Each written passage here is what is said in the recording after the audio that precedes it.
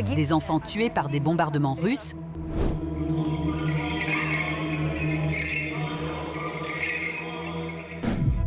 L'armée de Poutine tue de plus en plus de gens chaque mois.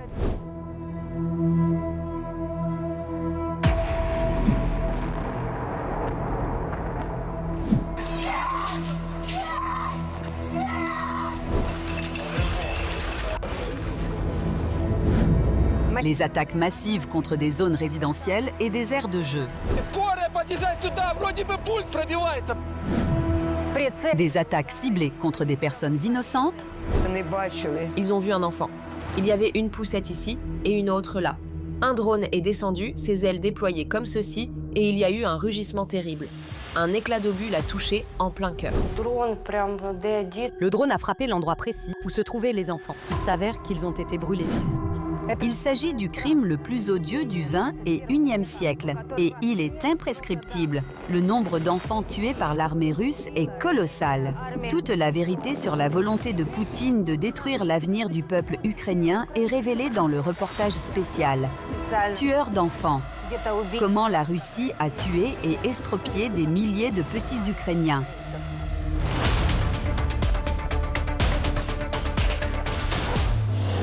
Le quartier d'Arnitsky de Kiev est l'un des plus densément peuplés de la capitale.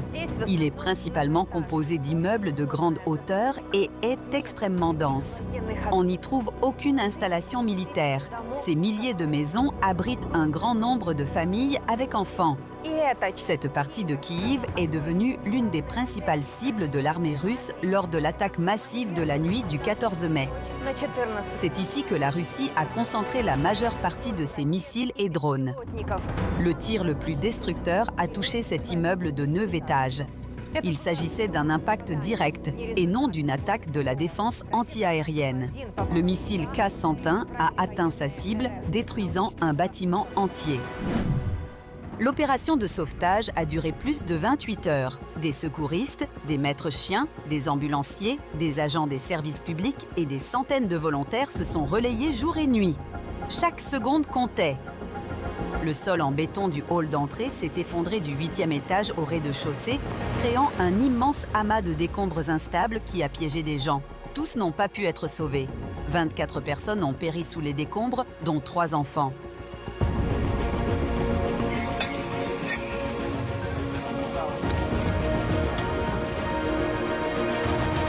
Les gens apportent ici des fleurs et des jouets d'enfants en signe de deuil. C'est une immense douleur pour les familles et les amis des victimes. Et c'est particulièrement douloureux de voir ici les photos de ces 3 jeunes filles. Maria était en terminale au lycée local. Une frappe russe en pleine nuit lui a coûté la vie. Le père et la grand-mère de Maria ont également été tués. Sa mère a été hospitalisée en soins intensifs dans un état grave. Les camarades de classe de la jeune fille sont venus lui rendre hommage.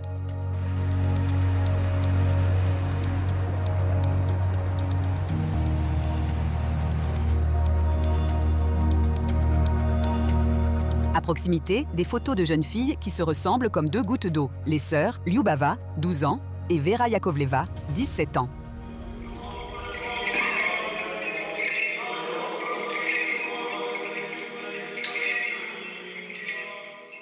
Les obsèques de Lyubava et Vera ont eu lieu à la cathédrale Saint-Michel au Dôme d'Or.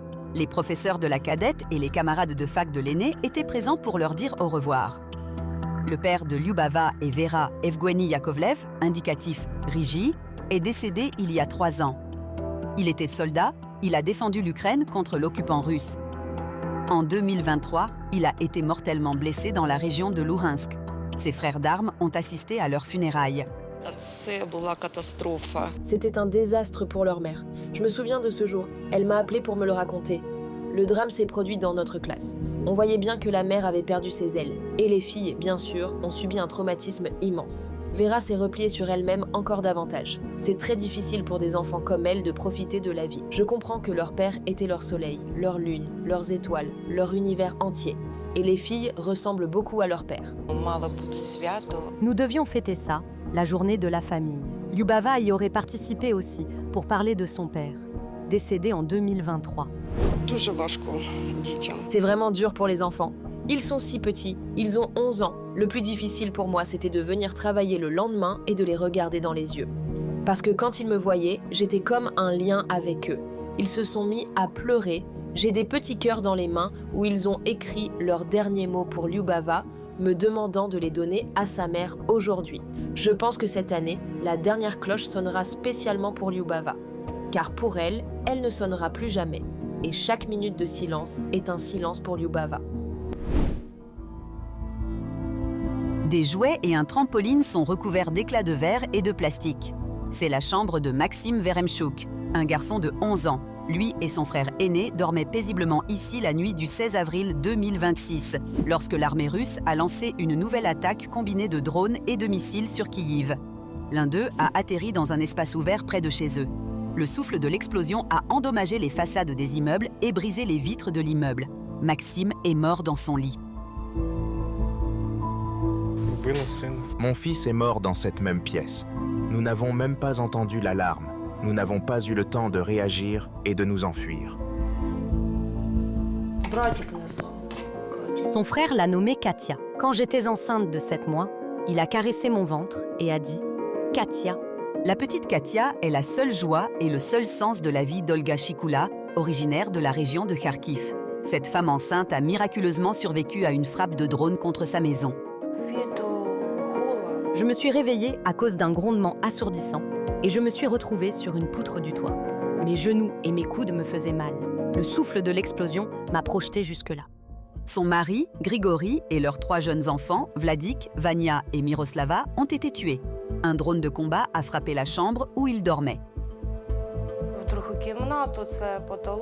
Le plafond d'une autre pièce s'est effondré et le drone chargé d'explosifs a frappé juste là où dormaient les enfants.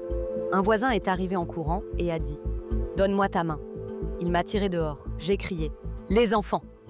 Olga était sous le choc. Elle implorait de l'aide, espérant sauver ses enfants et son mari. L'ambulance et les pompiers sont arrivés. J'ai dit « Éteignez-le ici ». Mais le médecin m'a emmenée. Je suis partie car j'avais peur de voir quoi que ce soit. Et il s'avère qu'ils ont sorti Vladik en premier. Ils ont tous péri, brûlés vifs. Nous en avons trouvé un enfant. Olga était à l'hôpital lorsqu'elle a entendu les mots les plus terribles de sa vie. Je ne me suis pas endormie, je les attendais. Une psychologue est venue me voir et m'a dit « Olia, il n'y a plus personne. Je suis désolée. » Olga pense constamment à ses proches, se remémorant les moments les plus heureux qui ne subsistent désormais que sur des photographies. Voici Miroussia. Elle a commencé à parler à 1 an. On était sur le point d'emménager dans cette maison et elle disait « Maman, papa ?» Et ici, nous nous détendons au bord de l'étang. Cette photo est magnifique. Je me souviens de leur jeu. Ils passaient beaucoup de temps avec eux. Ils jouaient, riaient, profitaient de la vie. Même ce jour-là, avant que cela n'arrive, ils y riaient. Puis, ils se sont allongés ainsi, en travers, et je me suis demandé où pourrais-je bien m'allonger. J'avais mal au ventre. Je suis allée dans une autre pièce, enceinte de Katia. Mais elle n'a toujours pas été en mesure de comprendre et d'accepter pleinement cette perte. Dans quel état suis-je ? Je suis encore sous le choc du chagrin. Et j'imagine que nous pourrions nous revoir. Ils sont morts et n'apparaissent pas dans mes rêves. Apparemment, ils ne veulent pas me déranger. Mais en réalité, je veux rêver de Grisha avec les enfants. Je l'ai fait une fois, quand nous l'enterrassions. La petite Katia est le sens de la vie pour Olga, celle qui l'a sauvée de la mort à l'époque et qui lui donne la force de vivre maintenant. Je ne sais même pas pourquoi Katia et moi avons survécu. Peut-être que Katia était destinée à vivre. J'y ai pensé aussi. Mais il semblerait que nous étions toutes les deux destinées à vivre. En raison de l'agression russe, il n'existe plus aucun endroit en Ukraine où les enfants se sentent en sécurité. La machine militaire de Poutine mène une guerre contre les civils, cherchant à tuer le plus grand nombre d'Ukrainiens possible, y compris des enfants innocents. C'est le comble du cynisme. La Russie est signataire de la Convention des Nations Unies relative aux droits de l'enfant. Pourtant, elle viole tous ses principes fondamentaux avec une cruauté inouïe. En période de conflit armé, le droit international et les normes relatives aux droits humains, notamment la Convention des Nations Unies relative aux droits de l'enfant, restent applicables. Cela inclut le droit de l'enfant à la vie et à son libre développement. Cette disposition est expressément prévue par la Convention. Par conséquent, la Fédération de Russie viole l'intégralité de ses obligations. L'ouest de l'Ukraine. Ternopil, le 23 novembre 2025. C'est l'adieu à la famille Palahniuk. La mère, Maria, Kamila, 6 ans, et Nazar, 1 an et demi, sont morts dans leur appartement. Un missile russe a frappé leur maison. Leur père, Kamal, est le seul survivant. Les images des funérailles sont déchirantes.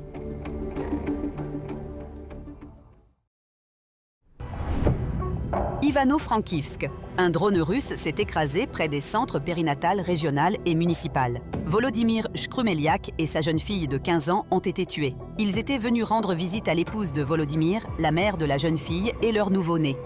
6 autres personnes, dont un garçon de 6 ans, ont été blessées. Lviv, 2024. À la suite d'une frappe russe massive, la famille Basilevitch s'est retrouvée piégée sous les décombres. La mère, Yevgenia, et ses 3 filles, Arina, Darina et Emilia. La plus jeune n'avait que 7 ans. Leur père, Yaroslav, a survécu, mais il a été blessé. La propagande russe ment cyniquement en prétendant que l'armée russe est venue sauver des gens. Le véritable objectif de l'agresseur est de tuer le plus grand nombre d'Ukrainiens possible, y compris les plus jeunes. Les occupants privent les enfants ukrainiens de leur droit le plus fondamental, le droit à la vie, en bombardant quotidiennement des habitations, des écoles et des maternelles et en transformant les aires de jeu en cibles pour leurs missiles et drones. Ces images montrent Bogdan Sergeyev, un garçon de 8 ans. Il est mort lors d'une frappe de drone russe à Tcherkassy. Le 14 avril 2026, Bogdan jouait avec ses amis sur l'aire de jeu près de chez lui. Voici les témoignages des personnes présentes sur les lieux du drame. Tout le monde s'est dispersé. Il a fait rouler 2 balles pour ne pas les perdre. Puis, il a été projeté à environ 2 mètres de hauteur. Il est retombé. J'ai appelé une ambulance, mais les ambulanciers, malheureusement, n'ont rien pu faire. Il était grièvement blessé par des éclats d'obus.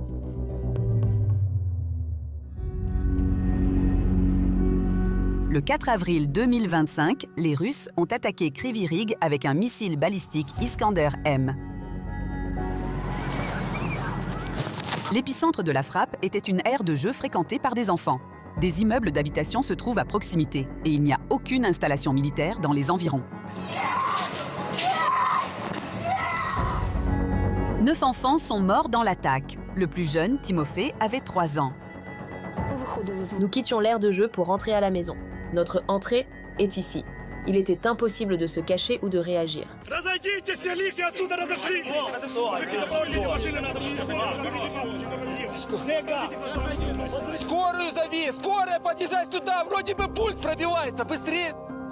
L'armée russe a attaqué une zone résidentielle en plein jour. La Russie, qui en une seule journée, en une seule seconde, a tué 9 familles.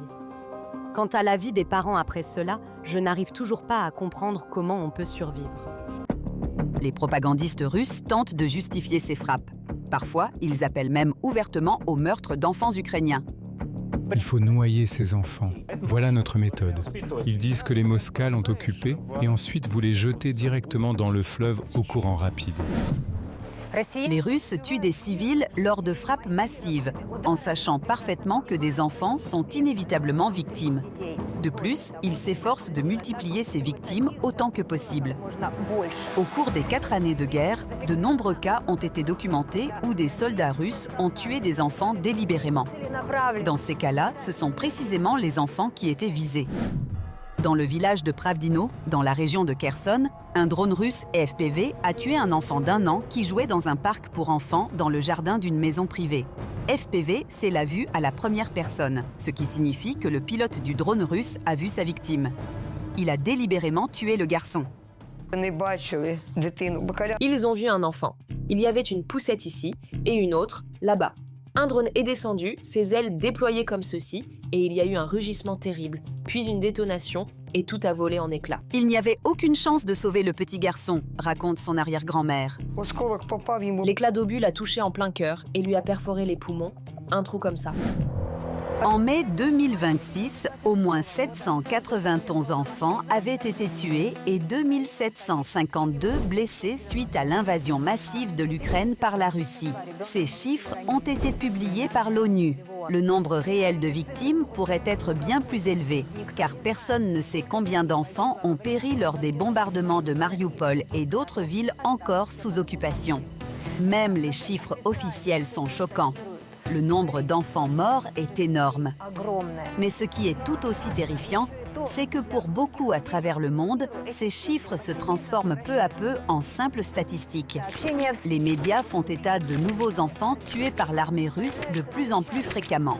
Derrière chaque récit se cache une douleur atroce, une perte irréparable pour la famille et la cruauté inouïe du régime de Poutine, qui refuse de mettre fin à la guerre. La guerre entre dans sa 5e année et aucun enfant en Ukraine ne se sent en sécurité. Comme nous le constatons, des attaques sont perpétrées non seulement près des lignes de front, mais aussi loin de celles-ci. Récemment, le nombre d'attaques contre des civils a augmenté.